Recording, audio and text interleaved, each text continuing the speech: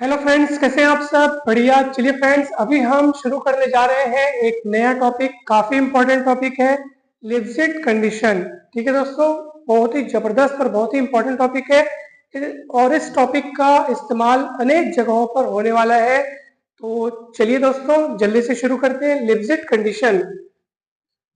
A function f(x,y) is said to satisfy a Lipschitz condition in a domain D in xy plane if there exists a positive constant k such that mod of fxy2 minus fxy1 is less than or equals to k into mod of y2 minus y1।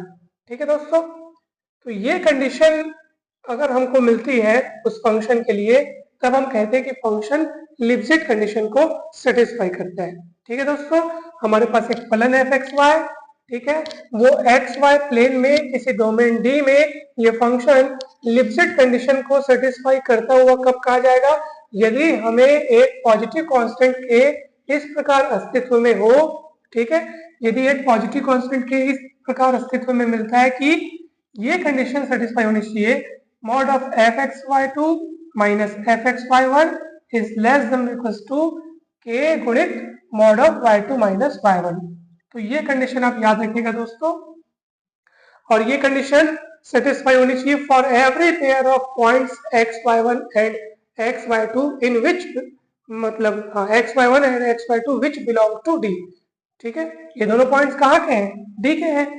तो D के प्रत्येक pair of points के लिए, ठीक है, ये condition अगर satisfy होती है तो हम कहेंगे कि हाँ, फंक्शन लिप्सिट कंडीशन को सेटिस्फाई करता है। तो इस कंडीशन को आप याद रखिएगा दोस्तों। और ये कंडीशन किन पॉइंट्स के लिए सेटिस्फाई होनी चाहिए? For every pair of points xy1 and xy2 which belong to D. ठीक है, तो सभी पेयर ऑफ पॉइंट्स के लिए ये कंडीशन सेटिस्फाई होनी चाहिए। डी के सभी पेयर ऑफ पॉइंट्स के लिए ये कंडीशन सेटिस्फाई होनी चाहिए, तब हम कहेंगे कि एफ लिप्सिट कंडीशन को सेटिस्फाई करता है। और दोस्तों, यहाँ पर जो कांस्टेंट k है वो कहलाता है Lipschitz constant for the function fxy। फलन fxy के लिए वो क्या कहलाता है? लिप्सिट कांस्टेंट कहलाता है।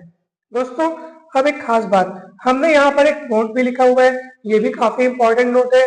इसके मदद से भी हम अनेक सवालों को हल करेंगे।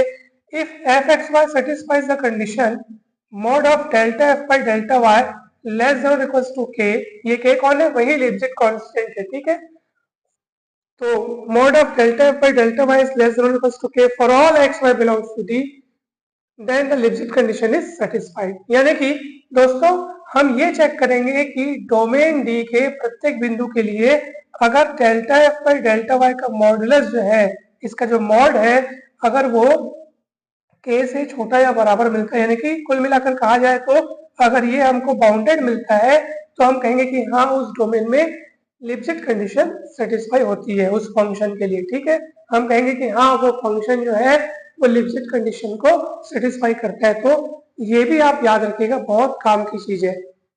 तो चलिए दोस्तों, अब हम सवालों को देखते हैं। तो यहाँ पे जो सवाल दिए गए हैं, check whether the function fxy is equals to y raised to the power 1 by 2 satisfies Lipschitz condition in। अब यहाँ पे देखो, आपके पास दो रीजन दिए गए हैं R1 और R2, इसमें से अपने को चेक करना है कि किस में Lipschitz कंडीशन सेटिस्फाई हो रही है, किस में नहीं हो रही है। हो सकता है दोनों में हो सकता है दोनों में ना हो। तो ये सब बातें अपने को चेक करनी है दोस्तों। तो चलिए सबसे पहले रीजन पे चेक करते हैं। यहाँ पे रीजन को किस तरह से डिफाइन किया गया है?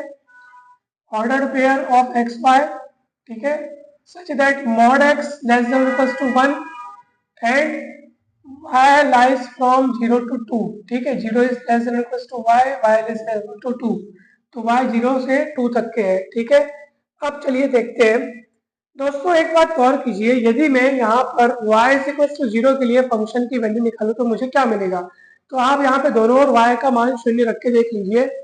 तो y का मान शून्य रखोगे तो एफ एक्स 0 बराबर 0 मिलेगा, सीधी सी बात है। तो एफ एक्स 0 बराबर 0 हो गया। ठीक है, अब सुनिए, यहाँ पे देखो, ये जो कंडीशन है इसमें अब देखो क्या लिखा है, mod of F X Y two minus F X Y one. अब इस तरफ जो चीज लिखी है, अगर मैं उसको बटे में लाऊं तो क्या मुझे मिलेगा? देखो, mod of F X Y two minus F X Y one, और यहां से इसको बटे में ला लीजिए तो क्या हो जाएगा? इतना बटे mod of Y two minus Y one, यानी कुछ इस रूप में नजर आएगा। अब दोस्तों हमने यहाँ पे क्या किया, देखो यहाँ पे क्या लिखा है एफ एक्स वाई टू, हमने क्या लिखा है एफ एक्स वाई, यानी कि हमने यहाँ पे y2 को ले लिया y2 की जगह पे y लिख रहे हैं अपन, और y1 के स्थान पर लिखते हैं 0। ठीक है, तो देखो मॉड ऑफ भाई mod of F X Y two, तो यहाँ पे हो गया mod of F X Y minus F X Y one के स्थान पर हम क्या लिख रहे हैं 0। तो क्या हो जाएगा mod of F X Y minus F X 0 upon ये जो mod of y2 minus y1 है इसको मैंने बटे मिला लिया, तो क्या हो जाएगा y2 की जगह y और y है ना भाई, y2 की जगह y और y1 की जगह 0 लिख दें। कुल मिलाकर हम उस डोमेन के अंदर के ही पॉइंट ले रहे हैं। देखो यहाँ पे y की वैल्यू 0 भी तो हो सकती है ना, 0 इज इक्वल टू y, मतलब y का मान 0 से लेकर के 2 तक है, या यूं कहिए कि y यहाँ पे बिलोंग करता है दोस्तों 0 2 के क्लोज इंटरवल में। ठीक है, यानी y की वैल्यू 0 अपन ले सकते हैं, तो अपन लिए यहाँ पे 0, क्या दिक्कत है, अपने को डोमेन के अंदर का बिंदु ले रहे हैं तो अपन ले रहे हैं। ठीक है, अच्छा एक और बात, जब इसको अपन नीचे ला ले तो कुल मिलाकर ये जो चीज बनेगी, इसके नीचे आ जाने के बाद जो पूरी चीज बनेगी उसको लेस देन इक्वल्स टू कितना होना चाहिए, के होना चाहिए, लेस देन और इक्वल टू कितना होना चाहिए, के होना चाहिए, यानी के के द्वारा उसको क्या होना चाहिए, बाउंडेड होना चाहिए। चलिए चेक करते हैं कि ये किसी निश्चित कांस्टेंट पॉजिटिव कांस्टेंट के के द्वारा बाउंडेड होता है कि नहीं होता है। दोस्तों गौर से देखिए एफ एक्स वाई कितना है, एफ एक्स वाई है वाई की घात 1/2, ये मैंने लिख दिया वाई की घात 1/2, एफ एक्स 0 आपने निकाल लिया था 0, दोनों और y बराबर 0 रख के, ठीक है ये हो गया अपॉन y। तो कुल मिलाकर देखो y की घात 1/2 माइनस 0 मतलब y की घात 1/2 बटे y से कटेगा तो इतना आएगा 1 अपॉन मॉड y की घात 1/2। अब देखो क्योंकि हमारे पास जो डोमेन है वहां पे y बिलोंग करता है क्लोज इंटरवल 0 to 2 में, मतलब यहाँ पे y की वैल्यू 0 अपन ले सकते हैं। तो आप देखो जैसे जैसे आप y टेंस टू 0 करोगे, जैसे जैसे y 0 की ओर प्रवृत्त होगा, जैसे जैसे y 0 की ओर आगे बढ़ता जाएगा, ठीक है, वैसे वैसे इसकी वैल्यू किसकी ओर जाती जाएगी, अनंत की ओर जाती जाएगी। क्यों, क्योंकि आप यहाँ पे देखो y जैसे जैसे छोटा होने लगेगा, एकदम 0 के करीब पहुंचने लगेगा, तो ये 1/0 होने लगेगा और वो क्या हो जाएगा 1/0 अर्थात अनंत होने लगेगा। तो यही यहाँ पर लिखे कि ये पूरे की वैल्यू अनंत की ओर अग्रसर होगी, इन्फिनिटिव की ओर बढ़ती जाएगी, एकदम इन्फिनिटिव की ओर जाती जाएगी, इन्फिनिटिव की ओर टेंड करेगी, जैसे जैसे y किसकी ओर टेंड करेगा, 0 की ओर टेंड करेगा। फिर हम तो एक कांस्टेंट k की खोज में चले थे, हम तो एक कांस्टेंट k खोज रहे थे कि उस पूरी चीज को हम किसी पॉजिटिव कांस्टेंट k के द्वारा बाउंडेड दिखा सके, परंतु ऐसा हो नहीं पा रहा है यहाँ पे, क्योंकि जैसे जैसे y 0 की ओर प्रवृत्त हो रहा है वैसे वैसे इस पूरे की वैल्यू अनंत की ओर प्रवृत्त हो रही है, इसलिए हमने यहाँ पे लिखा है hence the function does not satisfy the Lipschitz condition। ठीक है दोस्तों, तो अब देखते हैं अपन R2 जो रीजन अपने को इस तरीके से डिफाइन किया गया है उसमें अपन देखते हैं कि यहाँ पे लिप्जिट कंडीशन सेटिस्फाई होती है कि नहीं होती है। दोस्तों देखो हमने यहाँ पर जो आपने देखा कि अपन ने ये वाली कंडीशन का इस्तेमाल करके उसको चेक किया कि लिप्जिट कंडीशन को सेटिस्फाई करता है कि नहीं। अपन चाहते तो ये वाला भी अपन तरीका यहाँ पे अपना सकते हैं। कैसे, देखो अब अपन delta F by delta Y निकालते, ठीक है यहाँ पे निकालते तो कितना आता बताओ, delta F by delta Y निकालोगे तो कितना होगा 1/2 y की घात 1/2 माइनस 1, यानी कि कुल मिला के 1/2 y की घात में 1/2।